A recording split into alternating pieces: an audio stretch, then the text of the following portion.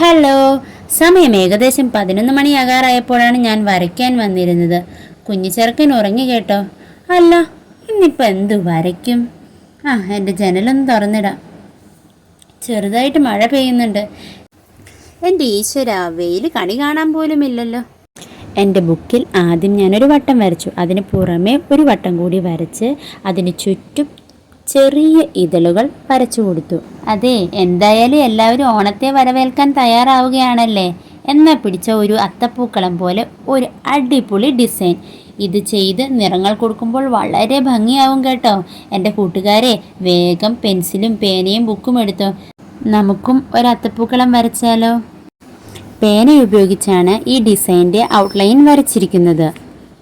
ഇന്നും എനിക്ക് തോന്നിയതുപോലെ പേനകൾ കൊണ്ട് വ്യത്യസ്തമാർന്ന പൂക്കൾ വരച്ചു. അതിൽ രണ്ടാമത് വരച്ച പൂവ് എന്നോട് ചോദിച്ചു, എന്താ എന്നെ ഇത്ര വലിപ്പം കുറിച്ച് വരച്ചത്? ദേ, അവളെ കണ്ടോ? എന്താ സുന്ദരി, നല്ല വലിപ്പം. ഞാൻ ചെറുതായി പോയി. ഞാൻ കുഞ്ഞിപ്പൂവിനോട് പറഞ്ഞു, അതേ കുഞ്ഞിപ്പൂവേ, കൂട്ടത്തിൽ നീ ഇളയതാണെന്ന് കരുതിക്കോ. നിങ്ങൾ രണ്ടുപേരും മാത്രമല്ല കേട്ടോ, ഇനിയും കുറേ സുന്ദരികൾ വരാനുണ്ട്. അവളൊന്നും മിണ്ടാതെ നിന്നു. അവളുടെ പിണക്കം മാറ്റാൻ ഞാൻ എന്തു ചെയ്യണം? എൻ്റെ കുഞ്ഞിപ്പൂവേ, ഞാൻ നിങ്ങളുടെ അരികിൽ വലിയൊരു അത്തപ്പൂക്കളം വരയ്ക്കാൻ പോവുകയാണ്. നോക്കിക്കോ.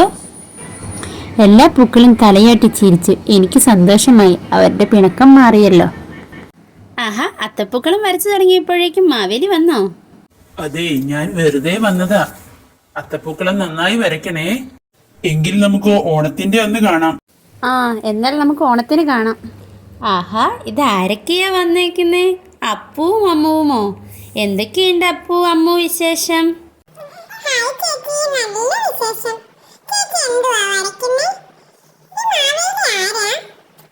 അപ്പു, ഞാനിതേ ഒരു അത്തപ്പൂക്കളത്തിൻ്റെ ഡിസൈൻ വരയ്ക്കുക. നമ്മുടെ ഓണം ഇങ്ങ് അടുക്കാറായല്ലോ. മഹാബലി തമ്പുരാൻ വരുമല്ലോ. മഹാബലി എന്ന് വെച്ചാൽ ആരാന്ന് നിനക്കറിയാമോ? നമ്മുടെ പണ്ട് ഇവിടെ ഭരിച്ചിരുന്നത് രാജാക്കന്മാരായിരുന്നു. അതുപോലൊരു രാജാവായിരുന്നു മഹാബലി. അസുര വംശജനാണെങ്കിലും അദ്ദേഹം നല്ലൊരു രാജാവുമാണ്. മഹാബലി എന്നാൽ മഹാത്യാഗം ചെയ്യുന്നവൻ. മറ്റുള്ളവർക്ക് വേണ്ടി എന്തും ചെയ്യാൻ മടിയില്ലാത്തയാൾ. മഹാബലിയെ ആളുകൾ മാവേലി എന്നും വിളിച്ചിരുന്നു. അങ്ങനെ എല്ലാവർക്കും രാജാവിനെ വളരെ ഇഷ്ടമായിരുന്നു. രാജാവിന് തിരിച്ചും അങ്ങനെ തന്നെ. ബാക്കി കഥ അടുത്ത വീഡിയോയിൽ പറഞ്ഞു തരാം. Thanks for watching.